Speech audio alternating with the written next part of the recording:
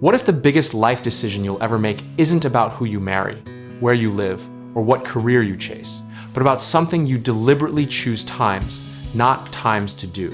Somewhere right now, someone is confidently telling their family at dinner that they've decided to never have children, and half the table just went silent. Imagine you're 32 years old, thriving in a career you built from nothing, traveling whenever you want, sleeping in on Sundays without a small human screaming about pancakes. You've made the choice consciously, carefully, to remain child-free, and honestly, it feels like the right call. But here's the question that follows child-free people, like a shadow at every family reunion. Will you regret it?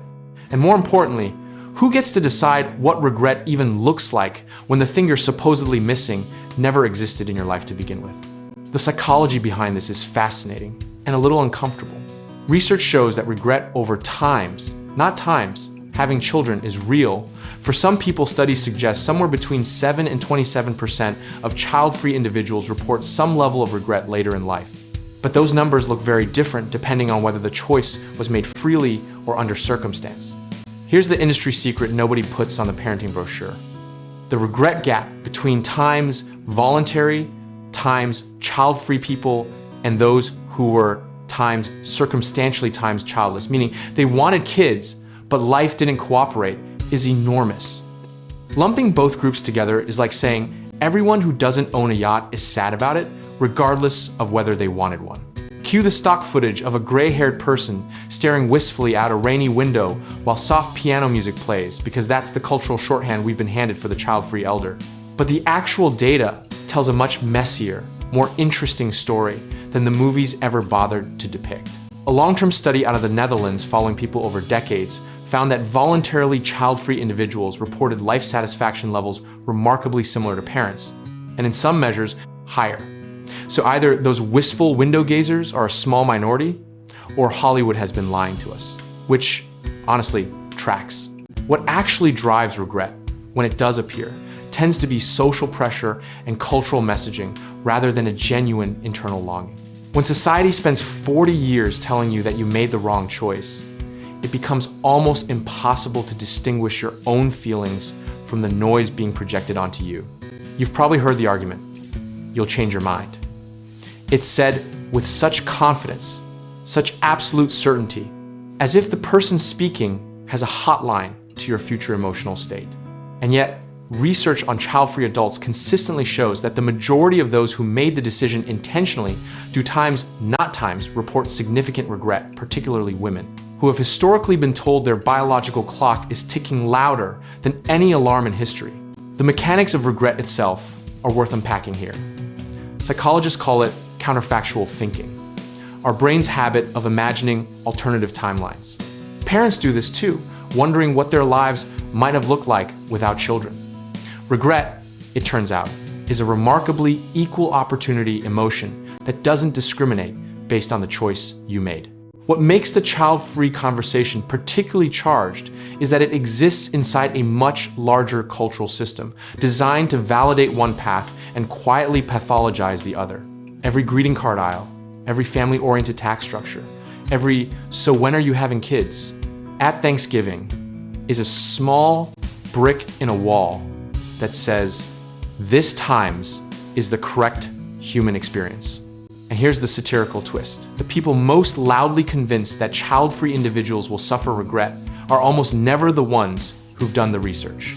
They're working from a script written in the 1950s, when the idea that a woman might times choose times not to be a mother was treated somewhere between eccentric and scandalous. Where real, genuine regret does tend to surface is around aging and social connection. Not children specifically, but the fear of loneliness, of having no one to call in an emergency, of what life looks like at 78 when the world gets small. That's a legitimate concern, and child-free advocates would do themselves a disservice by dismissing it entirely. But, and this is the part that rarely makes it into the conversation, parents are not automatically insulated from loneliness either.